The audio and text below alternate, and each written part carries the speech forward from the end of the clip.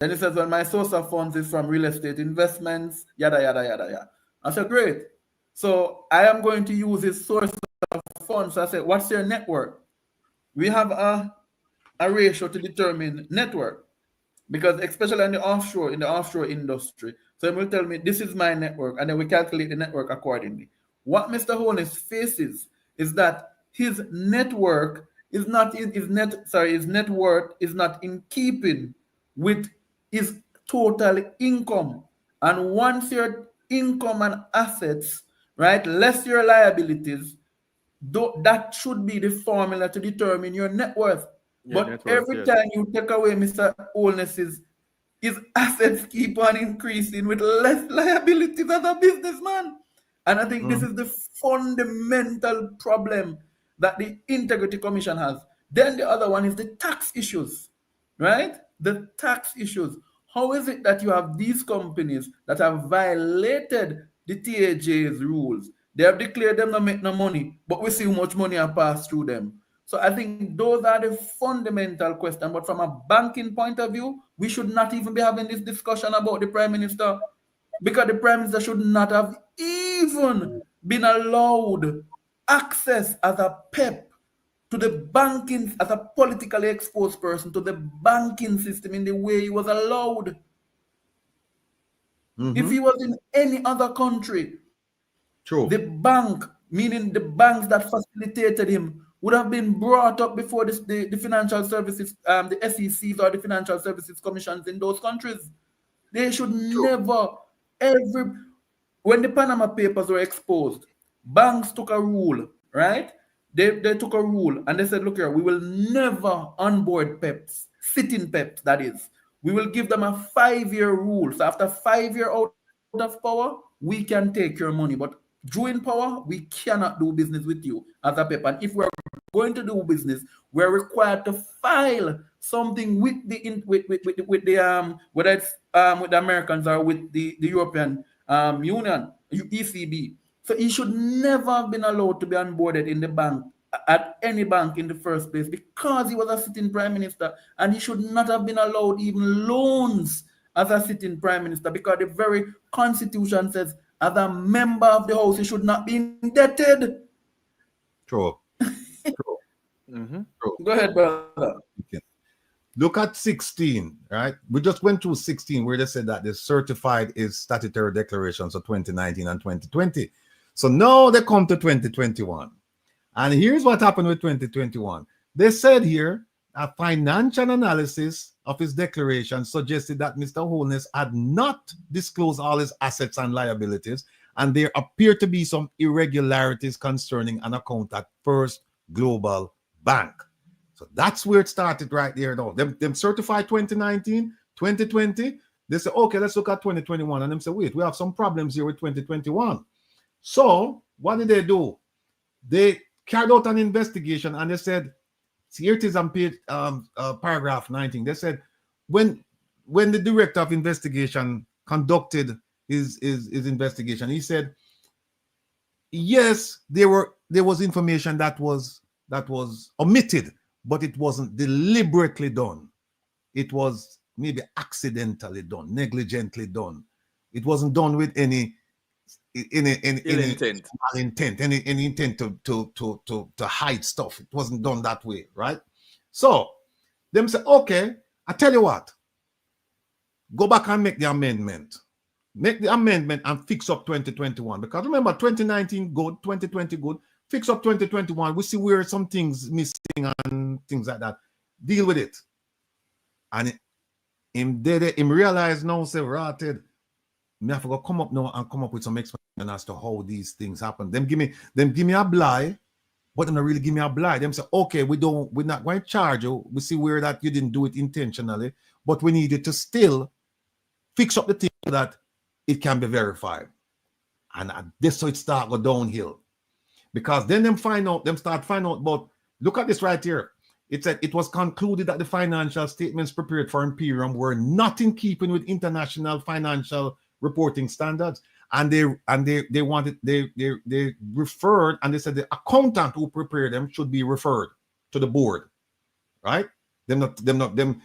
Actually, the prime minister responsible, you know. You responsible for it. Don't care who do it for you, you responsible. Them say, no, give Yes. my blind. Yeah, them say, make the accountant. And then Again. them go to ADMAT now. Them go to ADMAT. And them say, well, with ADMAT, we requested information from him and we're still waiting for the information to confirm the source of funds. Then they found some things from a company called Green Emerald Trading. Now, Green Emerald Trading people, Green Emerald Trading, here's what happened with Green Emerald Trading. Green Emerald Trading is a company, you know which part it there? It's not there New Kingston, you know. It's not the Pan Tree Road. It's not the Pan Constant Spring Road. West Central St. Andrew. Exactly. It there in a Cockburn Pen. Yes. Cockburn Pen it there, in the Prime Minister's constituency. Now the heart of the ghetto it there. You want a woodpecker. Yeah, and guess what? I'm your bird sucker to woodpecker bird. But here's what happened. Green Emerald hired the Prime Minister's company to do PR work. Think about it, you know.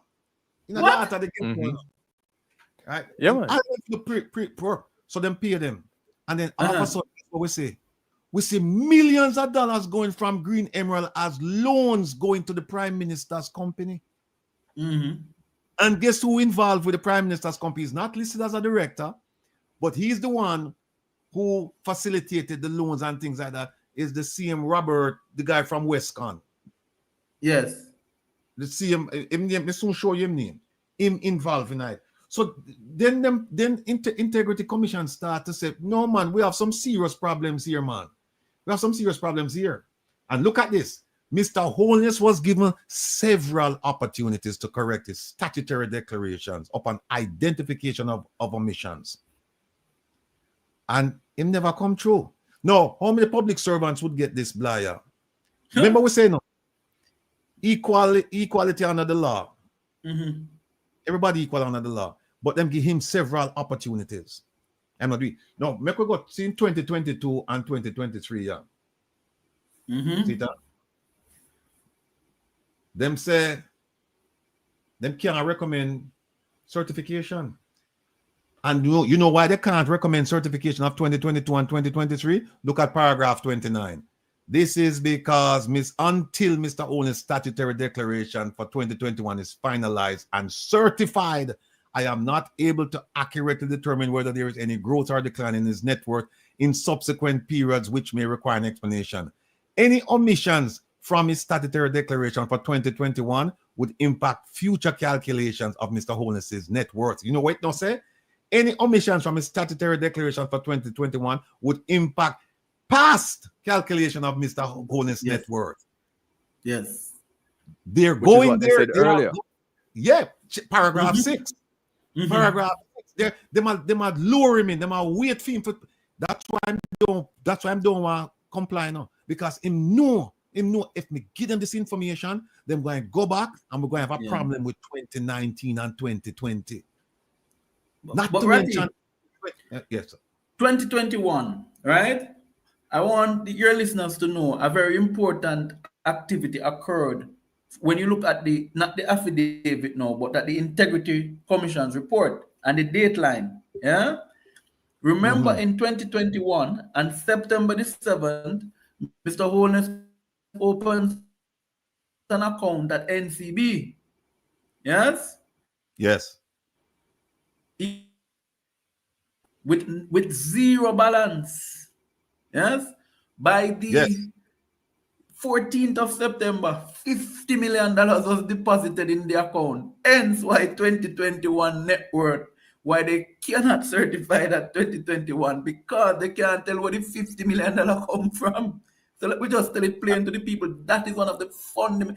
So what we do is compare and contrast the Integrity Commission's report with this current affidavit of the Integrity Commission report. And I want to say to people, Mr. Beresford cannot lie. An affidavit is a sworn document. And should you lie on an affidavit, it's a very serious thing. So this 2021 is in relation to that $50 million that was deposited in the $0 first and then 50 on the 14th of September. And within 2 weeks after, the money started flowing through the different companies, like when man wash money. Go ahead, Ratty. And here's the last paragraph of the second affidavit, not the first one. It says, the first highlighted here, it says, the matter of the source of funds concerning the Prime Minister's companies with respect to his statutory declaration for 2021 remains outstanding. How can we rectify that? The answer is in the next sentence.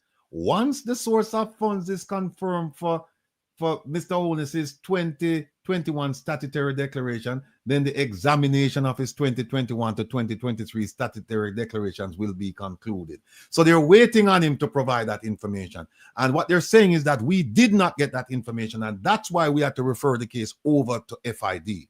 What they should have done under the law is they could have gone to court ex parte, meaning that you don't tell the Prime Minister anything. You just go before a judge and say, Judge, here's what we have. And he's not complying with our request.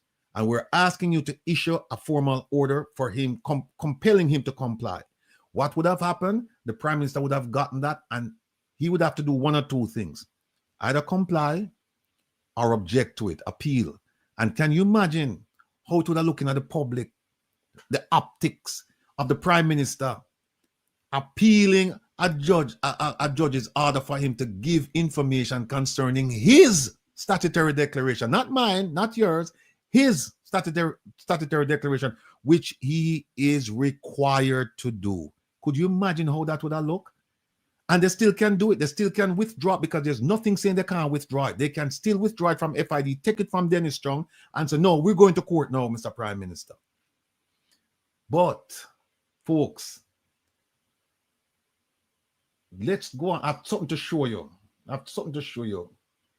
How stubborn and recalcitrant this Prime Minister is. That him just decides, say, well, I mean, nah, him realize him in a trouble, you know.